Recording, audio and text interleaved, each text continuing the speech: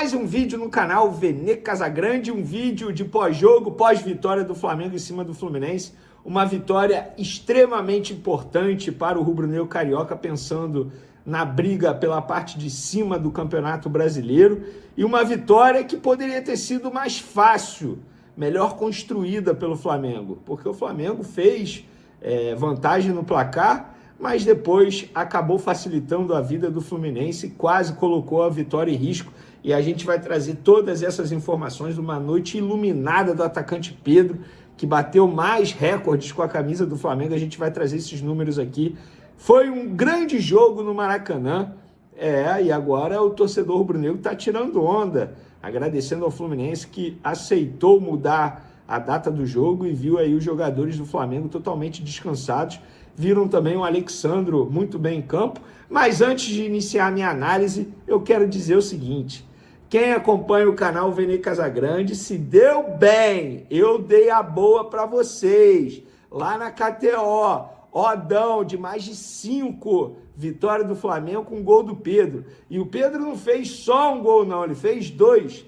Quem pegou a dica do Vene Casagrande se deu super bem na fezinha lá na KTO. É por isso que eu falo para vocês. Acompanhe o canal Vene Casagrande e acompanhe também a KTO. Porque, sem sombra de dúvidas, lá vocês vão encontrar as melhores odds, as melhores oportunidades para você se dar bem, e fazer a boa com dinheiro no bolso. E com dinheiro no bolso, você que confiou na dica do Vene Casagrande na KTO, vai comemorar essa vitória do Flamengo extremamente importante. Uma vitória construída, repito, numa noite iluminada do Pedro, mas foi uma grande partida do Flamengo em todos os sentidos, desde o setor defensivo até o setor ofensivo. Primeiro, quero destacar o retorno de Alexandro ao time titular, e é algo que eu sempre falo aqui, cara. A gente pode ver o Ayrton Lucas atuando na lateral esquerda, junto com o Samuel Lino do lado esquerdo. É sempre assim, quando o Ayrton Lucas está em campo, o Samuel Lino cai muito de produção. É culpa do Ayrton Lucas? Não sei, de repente é estilo de jogo, mas quando o Alexandro está na lateral esquerda, o Samuel Lino rende muito mais. Inclusive foi assim no jogo contra o Fluminense nesse domingo, dia 12 de abril. Acho até que quando o Leonardo Jardim mexeu no segundo tempo, ele tirou o Samuel Lino de uma maneira precipitada. Eu não tiraria o Samuel Lino, também não tiraria o Gonzalo Plata, que também estava bem. Mas já eu vou chegar nele. Grande jogo do Everton Araújo, foi muito bem ali como primeiro volante.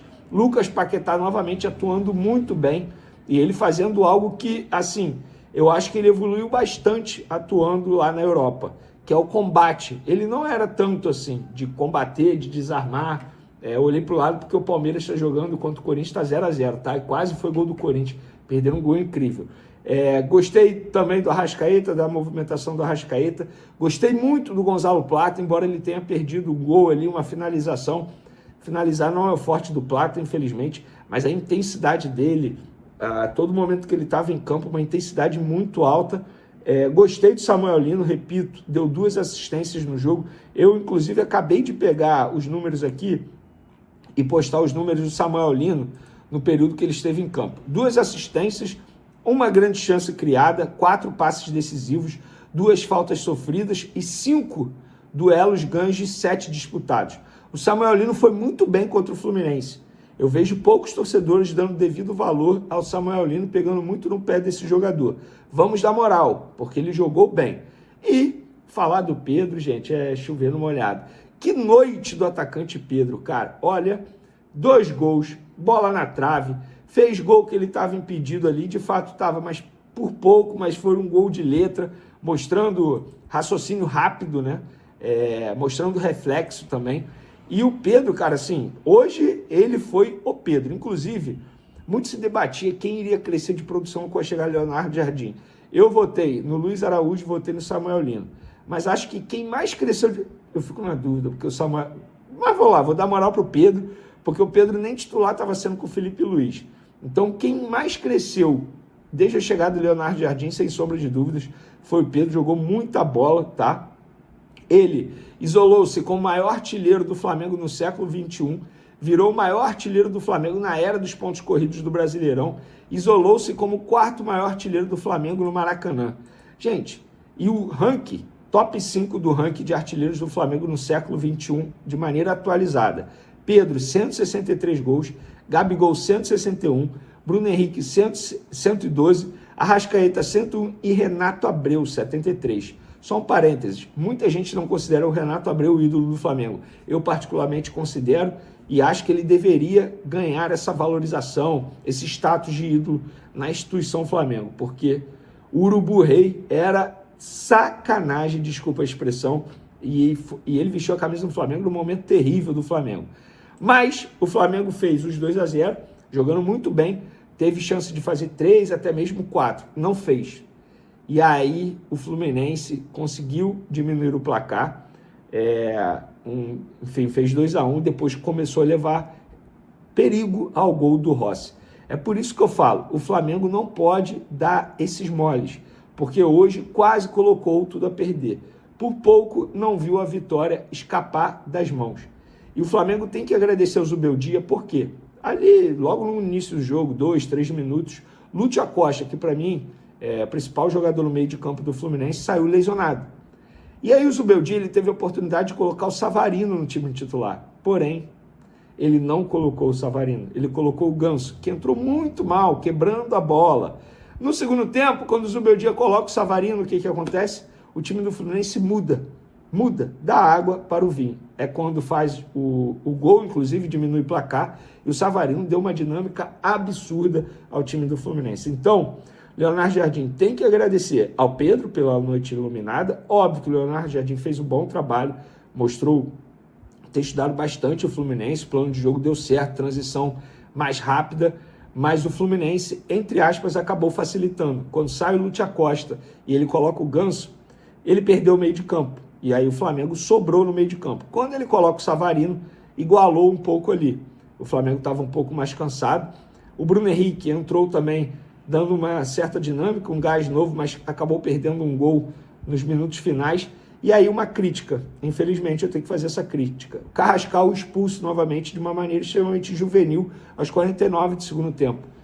Uma bobeada ali, um lance bobo, deu uma entrada no Guga, confusão, levou o cartão vermelho.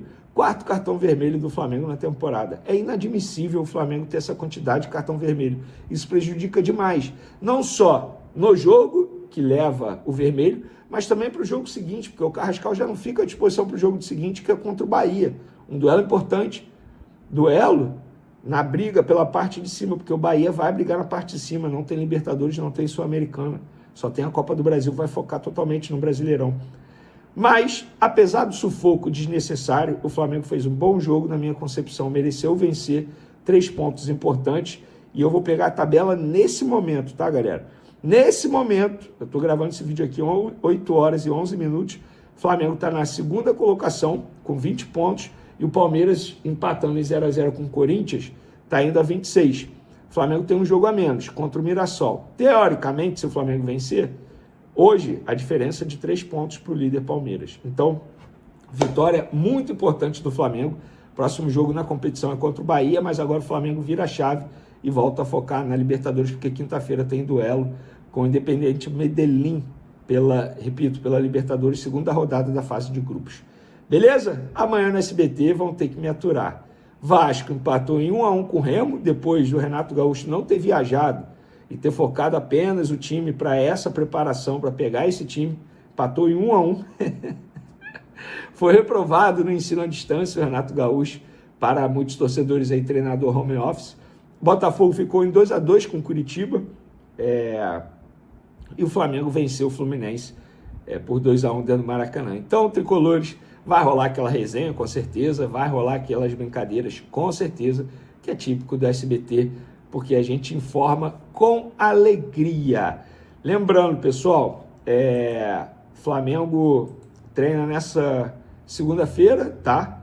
Tem treino lá no Ninho do Urubu, então começa essa preparação para jogos importantes aí.